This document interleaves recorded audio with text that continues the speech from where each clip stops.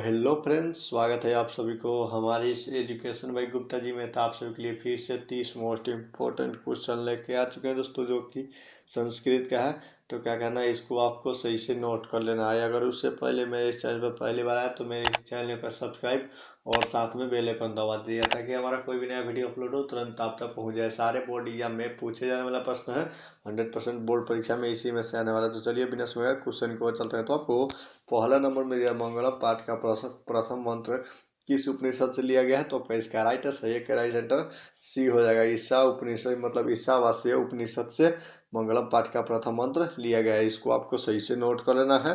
तो चलिए अगले क्वेश्चन को चलते हैं। तो आपको दूसरे नंबर में दिया मंगलम पाठ में कैसे मंत्र संकलित है दोस्तों। मंगलम पाठ में कैसा मंत्र संकलित है। तो इसका राइट आंसर दो के राइट आंसर बी हो जाएगा। पद मतलब पदात्मक हो जाएगा। इसको आपको सही से नोट कर लेना है।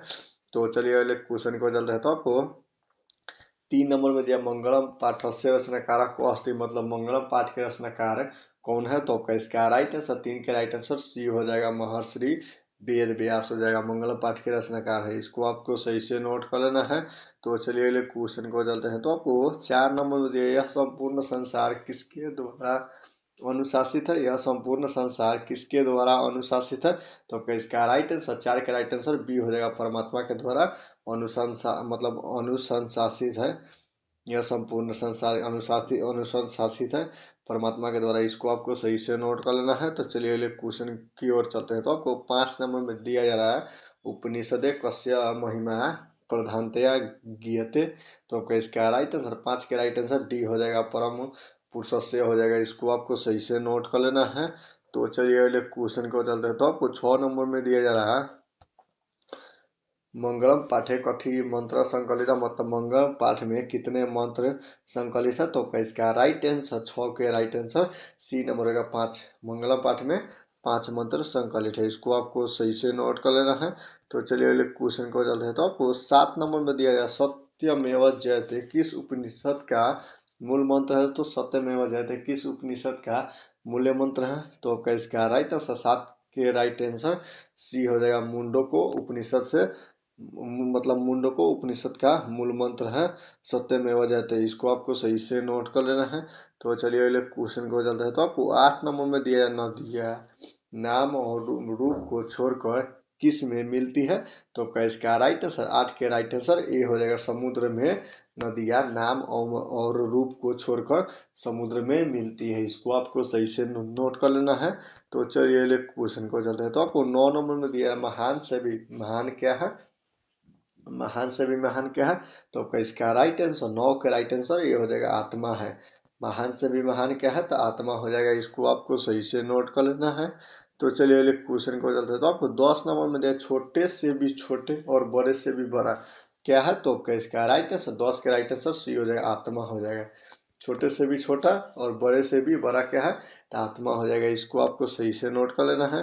तो चलिए अगले क्वेश्चन को चलते हैं। तो आपको 11 नंबर में नदियाँ समुद्र में कैसी मिलती है। सो नदियाँ समुद्र में कैसी मिलती है। तो आपका इसका राइट आंसर 11 का राइट आंसर डी हो जाएगा। नाम और रूप को छोड़कर नदियाँ समुद्र में मिलती है। इसको आपको सही से नोट कर लेना दोस्तों।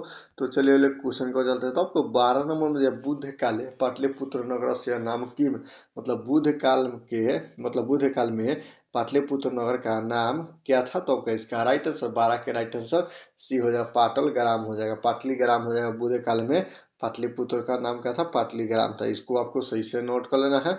तो चलिए क्वेश्चन को चलते हैं। तो आपको 13 नंबर में जब पटना में गंगा नदी पर कौन से सेतु अवस्थित है। तो पटना में गंगा नदी पर कौन सी सेतु अवस्थित है। तो इसका राइट आंसर 13 के राइट आंसर सी हो जाएगा। गांधी सेतु स्थित है पटना में गंगा नदी के किनारे। इसको आपको सही से नोट कर लेना है।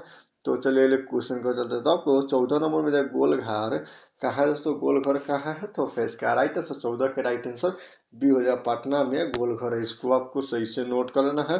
तो चलिए क्वेश्चन को चलते हैं। तो आपको 15 नंबर में जो कुतुब नीम काव्य के रचनाकार कौन है। तो इसका राइट आंसर 15 का राइट आंसर बी हो जाएगा। दामोदर गुप्त हो जाएगा। कुतुब नीम काव्य के रचनाकार कौन है तो दामोदर गुप्त हो जाएगा। इसको आपको सही से नोट कर लेना है।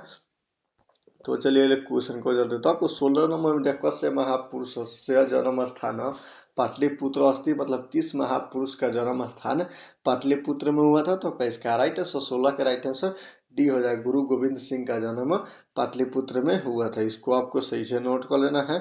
तो चलिए क्वेश्चन को चलते तो आपको 70 नंबर में सिखों के 10वें गुरु का नाम क्या था। सिखों के 10वें गुरु का मतलब सिखों के 10वें गुरु कौन थे। तो इसका राइट आंसर 17 का राइट आंसर सी हो जाएगा गुरु गोविंद सिंह सिखों के 10वें गुरु थे। इसको आपको सही से नोट कर लेना है। तो चलिए क्वेश्चन को चलते तो आपको 18 नंबर जब पाटलिपुत्र किस प्रांत में किस प्रांत की राजधानी है। तो पाटलिपुत्र जो है वह किस प्रांत की राजधानी है। तो इसका राइट आंसर 18 के राइट आंसर ये हो जाएगा बिहार की राजधानी है पाटलिपुत्र, यानी कि बिहार की राजधानी क्या है तो पटना। यही आपको पूछ रहा है इसमें संस्कृत में पाटलिपुत्र किस प्रांत की राजधानी है तो बिहार की है। इसको आपको सही से नोट कर लेना है। तो चलिए क्वेश्चन को चल देता हूँ। आपको 19 नंबर में दामोदर गुप्त ने किस काव्य की रचना की थी दोस्तों।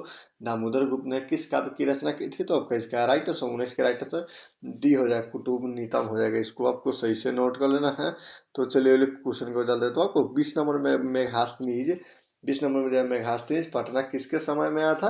तो इसका राइट आंसर 20 का राइट आंसर सी हो जाएगा चंद्रगुप्त मौर्य के समय में मेघासनीज पटना आया था 20 चंद्रगुप्त मौर्य के समय में। इसको आपको सही से नोट कर लेना है। तो चलिए क्वेश्चन को चल देता हूँ। आपको 21 नंबर यूनान का राजदूत कौन है दोस्तों। यूनान का राजदूत कौन है। तो इसका राइट आंसर 21 के राइट आंसर सी हो जाएगा मेघासनीज हो जाएगा यूनान का राजदूत। इसको आपको सही से नोट कर लेना है। तो चलिए क्वेश्चन को चल देता हूँ। आपको 22 नंबर कौमुदी महोत्सव किस ऋतु में मनाया जाता है। कौमुदी महोत्सव किस ऋतु में मनाया जाता है। तो इसका राइट आंसर 22 के राइट आंसर डी हो जाएगा शरद ऋतु में कौमुदी महोत्सव मनाया जाता है। इसको आपको सही से नोट कर लेना है। तो चलिए क्वेश्चन को चलते तो आपको 23 नंबर जब पटना नगर की पालिका देवी कौन है। पटना नगर की पालिका देवी कौन है। तो इसका राइट आंसर 23 के राइट आंसर सी हो जाएगा पटन देवी हो जाएगा पालिका नगर की। पटन मतलब पालिका नगर की पटना नगर की पालिका देवी कौन है। तो पटन देवी हो जाएगा। इसको आपको सही से नोट कर लेना है। तो चलिए क्वेश्चन को चल देता हूँ। आपको 24 नंबर में दिया जाए बिहार से कश्मीर नगर गोलघर में स्थित मतलब बिहार के किस नगर में गोलघर स्थित है। तो इसका राइट आंसर 24 के राइट आंसर ये हो जाएगा पाटलिपुत्र नगर मतलब पाटलिपुत्र मतलब पटना में स्थित है गोलघर। इसको आपको सही से नोट कर लेना है। तो चलिए क्वेश्चन को चल देता हूँ। आपको 25 नंबर में दिया गुरु गोविंद सिंह का जन्म स्थान कहाँ हुआ था। तो गुरु गोविंद सिंह का जन्म स्थान कहाँ है। तो इसका राइट आंसर 25 के राइट आंसर ये हो जाएगा पाटलिपुत्र में ही गुरु गोविंद सिंह का जन्म स्थान है। इसको आपको सही से नोट कर लेना है। तो चलिए क्वेश्चन को चलते हैं। तो आपको 26 नंबर सरस्वती का कुल गृह कौन सा महानगर है। तो महानगर था सरस्वती का कुल गृह कौन सा महानगर था। तो इसका राइट आंसर 26 के राइट आंसर सी हो जाएगा पाटलिपुत्र था। इसको आपको सही से नोट कर लेना है। तो चलिए क्वेश्चन को चलते तो आपको 27 नंबर में दिया पटना में हमेशा युद्ध आग और बाढ़ का भय रहेगा किसने कहा था। तो आपका इसका राइट आंसर 27 के राइट आंसर ये हो जाएगा भगवान बुद्ध ने कहा था पटना में हमेशा आग और बाढ़ की भय रहेगी। इसको आपको सही से नोट कर लेना है। तो चलिए क्वेश्चन को चलते तो आपको 28 नंबर गुरु गोविंद सिंह किस धर्म के गुरु थे। तो आपका इसका राइट आंसर 28 के राइट आंसर डी हो जाएगा सिख धर्म के गुरु थे गुरु गोविंद सिंह। इसको आपको सही से नोट कर लेना है। तो चलिए क्वेश्चन को चलते तो आपको 29 नंबर में दिया जाए पाटलिपुत्र किस नदी के किनारे अवस्थित है। दोस्तों पाटलिपुत्र किस नदी के किनारे अवस्थित है। तो इसका राइट आंसर 29 के राइट आंसर ये हो जाएगा गंगा नदी के किनारे पाटलिपुत्र अवस्थित है। इसको आपको सही से नोट कर लेना है। तो चलिए क्वेश्चन को चलते तो आपको 30 नंबर में दिया जाएगा राजशेखर का प्रमुख काव्य संग्रह कौन था। तो राजशेखर के प्रमुख काव्य संग्रह कौन था। तो इसका राइट आंसर 30 के राइट आंसर बी हो जाएगा काव्य मीमांसा हो जाएगा। इसको आपको सही से नोट कर लेना है काव्य मीमांसा हो जाएगा। तो उम्मीद करता हूँ वीडियो आप लोग के लिए अच्छा लगा हो और अच्छा लगा हो तो वीडियो कर दीजिए लाइक और चैनल कर शेयर सब्सक्राइब। तब तक जय हिंद जय भारत।